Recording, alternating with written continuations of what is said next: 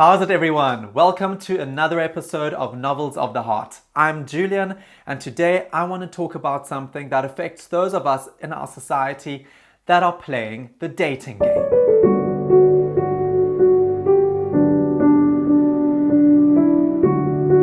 I kind of feel bad for saying the dating game, but at this point, to be quite honest, it really does feel like a game. There are do's and don'ts, there are rules, and all of us know there are quite a lot of rule breakers out there. But really, what I want to tackle today is letting yourself fall in love. This is a bit of a difficult one for me because I've experienced this from both sides. So admitting that isn't really super easy. Just know that I am not here to judge anyone, but with the work I've done on myself, at least now I know what kind of person I want to be. Now, my personal reference points come from my experiences in the gay community. But after having spoken to a lot of friends about this, there's no secret. This is something that is happening across the board. I always thought that with gay dating apps like Grindr and Romeo and Gaydar and all of them, I don't even know how many there are, but there are quite a few, this was more of a gay world problem. But really, this is affecting everyone in so many different ways. So let me tell you why I even started thinking about this topic in the first place. A while ago, I met this guy and I just thought, wow, this guy is just so great. And I started developing feelings. I noticed I was slowly but surely falling in love with him. However, I also realized that somehow his feelings didn't seem to match mine. In fact, it felt like he was making a concerted effort not to feel. So I decided to take myself out of the equation. This was the only way to gain some distance, breathe some fresh air, and well, protect myself from myself. I know this sounds weird, but hear me out. See, I've been at this point quite a few times where after a couple of months of dating, I am ready to take the next step. But then the other person kind of backs away out of uncertainty and fear. And there's that word, fear. But what is it that we are so afraid of? And remember, I've been on both sides, so there's absolutely no judgment here, but I'm just trying to figure out what it is that's going on with us. The problem comes into play if that person is into you, but scared of being into you. So, what are we afraid of? The one obvious answer is we're afraid of getting hurt. Heartbreak sucks, and the shitty thing is, it doesn't ever get any easier. But if there's one thing that's always proven itself to be true, everything will be good with time. Sooner or later, you will be fine. But isn't it just awful to think that the fear of getting hurt can overpower the prospect of being happy? Have we completely forgotten how to let ourselves be happy and just trust that maybe only then things will really start falling into place? Here's the thing, joy is terrifying because it can disappear like that. So what do? We worry, we numb our excitement, and as Dr. Brené Brown says, we low-key disconnect from something so that we can never really enjoy it. So are we really doing the best we can to be happy? The sad thing is, we probably are. We just happen to live in a world where disassociation becomes something like a defense mechanism.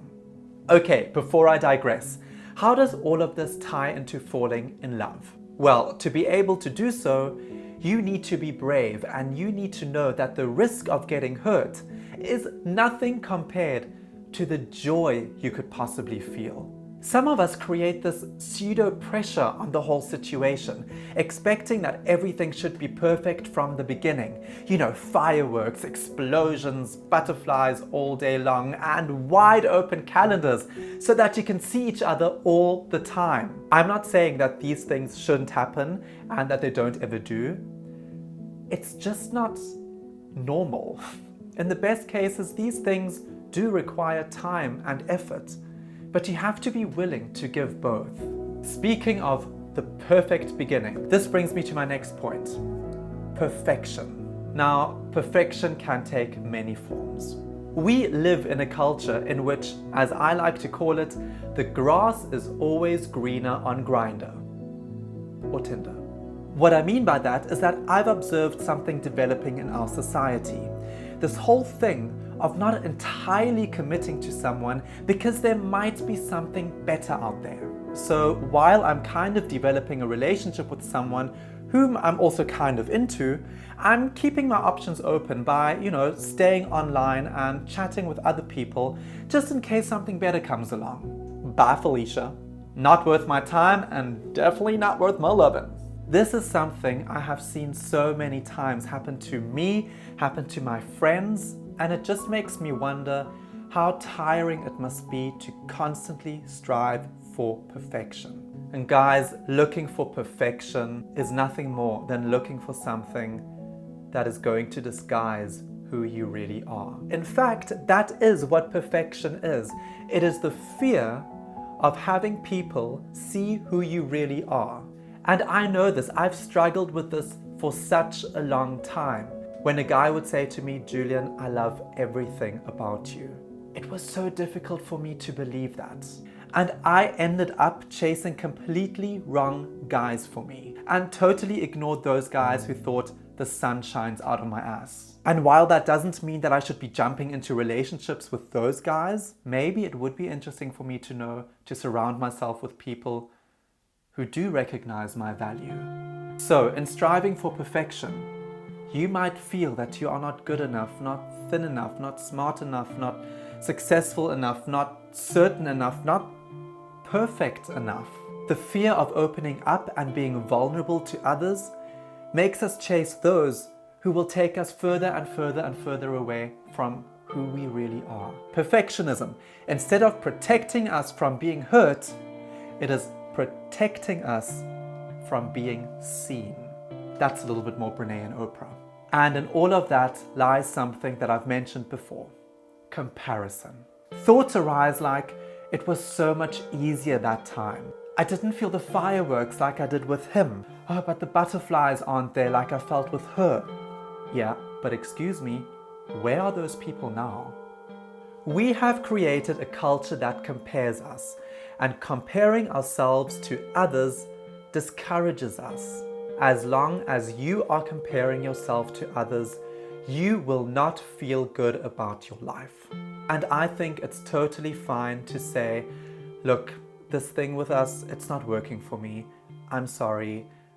I think we should break up. That honesty is generous, yet necessary. And I've been that guy. I've kept someone at arm's length just to make sure he doesn't come too close, still busy sourcing something better, instead of just saying, look, this obviously isn't working. And I remember saying, and I'm sure you've heard these words before, I just don't want to commit because I don't want to hurt you.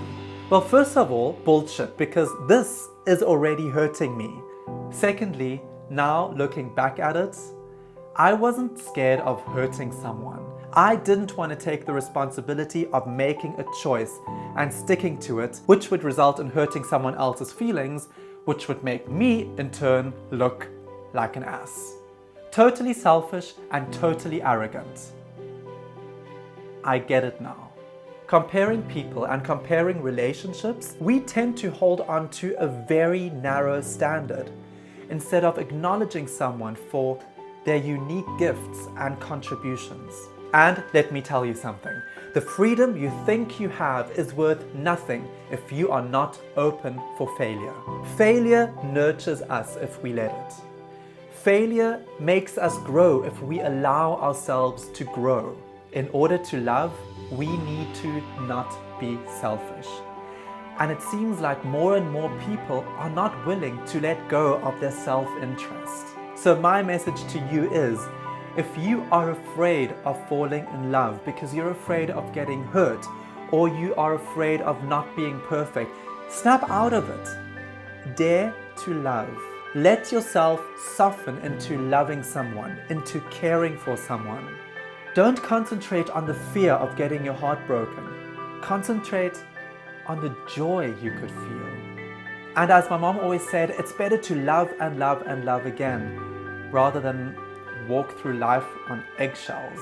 A beaten and bruised heart is the best kind of heart. I've got one of those. Perfection doesn't exist. Stop and be thankful for what you have. Practice gratitude and honor what is ordinary about your life.